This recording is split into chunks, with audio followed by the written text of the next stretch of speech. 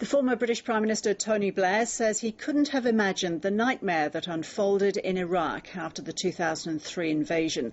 But he insists he doesn't regret backing a war that divided his own party and the nation and eventually cost him his prime ministership.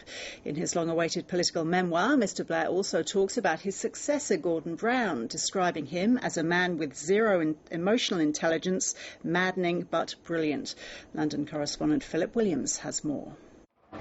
Tony Blair's journey through a decade as Prime Minister was controversial. So too is his account of that period, including a war that divided a nation, the deaths of British soldiers in Iraq, cause for regret, but not the invasion itself. How can you not feel sorry about people who have died? I mean, you would be inhuman if you didn't think that.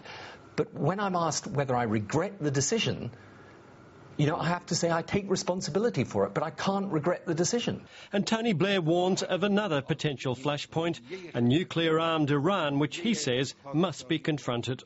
I think it is wholly unacceptable for Iran to have nuclear weapons capability. But what can we do about it? And I think we've got to be prepared to confront them. Militarily? If necessarily militarily.